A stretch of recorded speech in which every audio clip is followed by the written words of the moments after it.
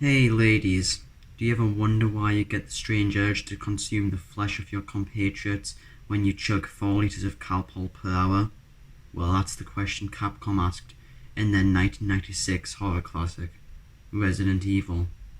Well, today we will be looking at that game, more specifically the 2002 remake, in the first in line of my brand new Resident Evil Retrospective series. Before we start, you might be wondering why I'm playing the remake instead of the original. Well, there's two reasons. First of all, it's easier to access and record gameplay for. Second of all, the game in my opinion is literally the same game, but superior in every single way. Anyways, without that out of the way, let's talk about the ultimate survival horror game.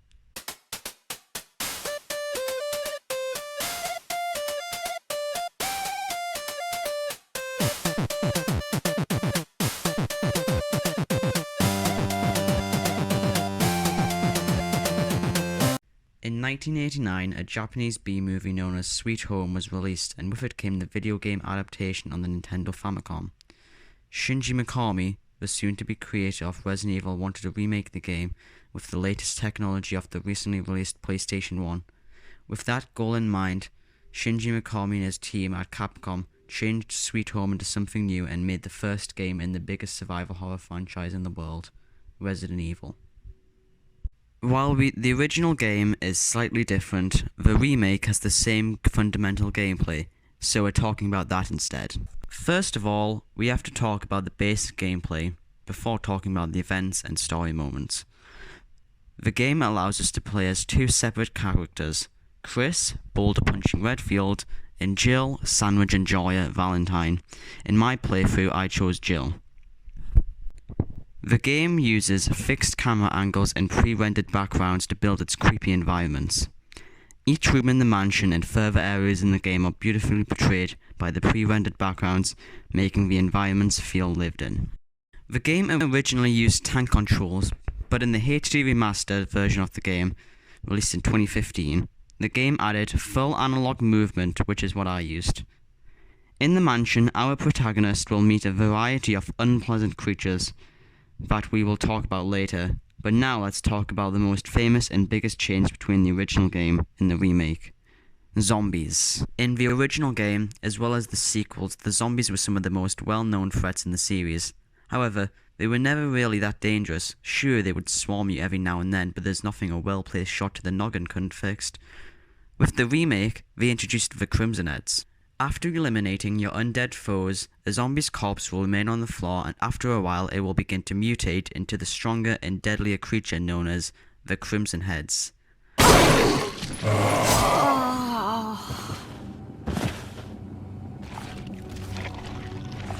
These slippery buckets of blood add in a new metagame, where the player must strategize on whether to let a zombie live or to kill it. The first choice leads to the player making a second choice: either leave the body alone and wait for it to become a Crimson Head, or completely exterminate the enemy by wasting kerosene to burn the corpse, or by decapitating your opponent when in combat. This feature, as well as the limited inventory and saves, add a new level of strategy to new and returning players. Due to the game's limited inventory system, the character must return to save rooms to return and collect items. In these rooms there are also typewriters that allow the player to save. However, the catch is, saving your game requires the player to use an item called an ink ribbon. These items are finite and require the player to strategize when to save and when not to save. This adds a layer of tension, as if the player dies, then they might lose a lot of progress. With this out of the way, let's talk about the story's plot and events. In my playthrough, I played as Jill, so we will be talking about her story. Her story is slightly different to Chris's, however, the way things go down are basically the same, so there's no reason to worry about missing the bigger picture. In July of 1998, the Raccoon City Police Department sent out a Special Ops police squad known as STARS Alpha Team to investigate the disappearance of their fellow team, Bravo Team. After investigating the nearby forest, they are attacked by violent dogs and they are forced to enter the survival horror. STARS Alpha Team consists of Captain Albert Wesker, the master of unlocking Jill Valentine, Boulder enthusiast Chris Redfield, and finally the man, the myth, the legend, Barry Burton.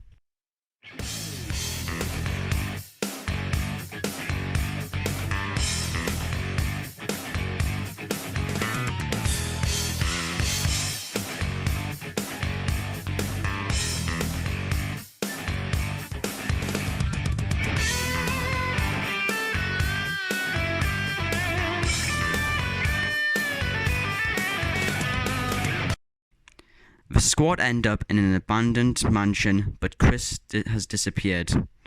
After a thorough warning from Wesker not to open that door... Hey, Wesker, where's Chris?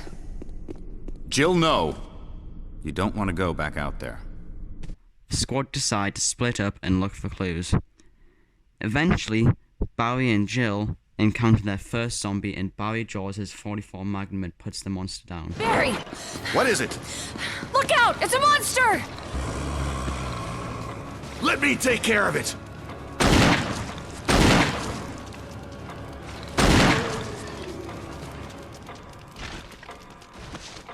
After this, Jill and Barry return to the main hall and realize that Wesker is missing. Jill and Barry then split up, and Jill is left alone to explore and discover the horrors of the Spencer Mansion. While exploring the mansion, she encounters horrendous mutants,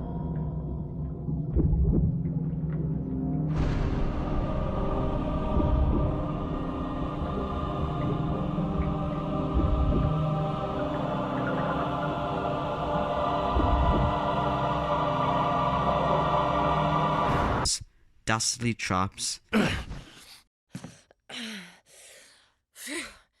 Barry! That was a close one. A second late, you would have fit nicely into a sandwich. He said it! He said it! and tortured kids.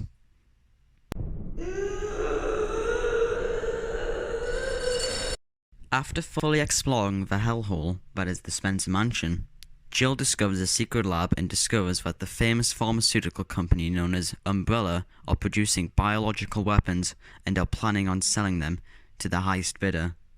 However, the biggest revelation is that Albert Wesker was a mole for Umbrella, planning on using STARS unit as combat data for Umbrella's newest product, the T-Virus. However, this proves to be an even bigger lie, as Wesker's true motive is to seize the T-Virus for his research. With Wesker out of the picture, Jill, Barry, and the newly discovered Chris escape the lab, not before activating a self-destruct system and blowing up the monster known as a tyrant with a sweet, sweet rocket launcher. Jill, use it! Kill it, whatever it is!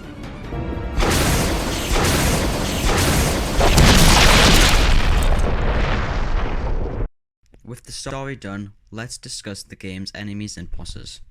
First of all, we have the zombies and Crimson Heads. In the remake, zombies are now able to lunge for the player, making them a lot more difficult to dodge.